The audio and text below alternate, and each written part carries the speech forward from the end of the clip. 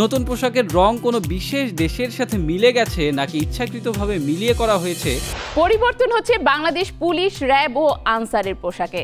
সামাজিক যোগাযোগ মাধ্যমে এই তিন বাহিনীর নতুন পোশাকের ছবি ছড়িয়ে পড়লেই শুরু হয় তুমুল আলোচনা। এই আলোচনা করতে বাদ যাননি শোবিজ অঙ্গনের ব্যক্তিরাও। কে কি মন্তব্য করেছেন চলুন জানি। ছাত্র জনতার অভ্যুত্থানে আওয়ামী লীগ সরকারের পতন হলে বাংলাদেশের আইন শৃঙ্খলা পরিস্থিতি ভঙ্গুর হয়ে পড়ে। তবে দেশের জনগণের সম্প্রীতি ও একতার ফলে তেমন কোনো খারাপ পরিস্থিতি তৈরি হয়নি দেশে।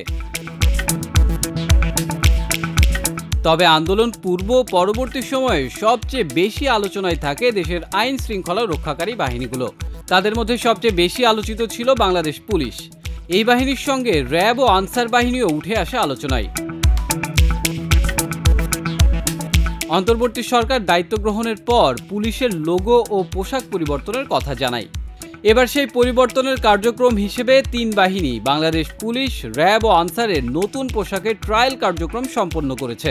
তিন বাহিনীর পোশাকের রঙে এসেছে আমূল পরিবর্তন। গণমাধ্যমের সংবাদ প্রকাশ ও সামাজিক মাধ্যমের ছবি প্রকাশ পেলে শুরু হয় তুমুল আলোচনা।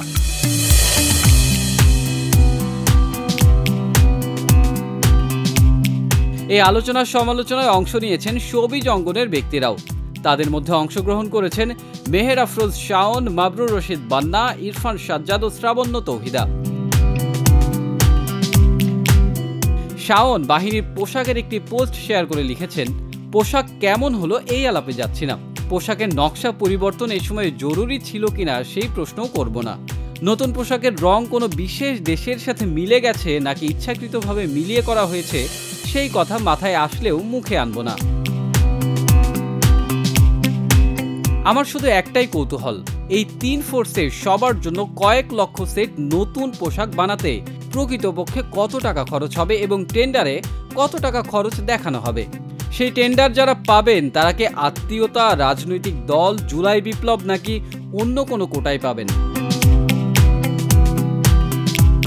বান্না লিখেছেন, পোশাক পরিবর্তন করেও যে প্রতিশোধ নেওয়া যায় তা ইন্টারিম গভর্নমেন্ট দেখাই দিল।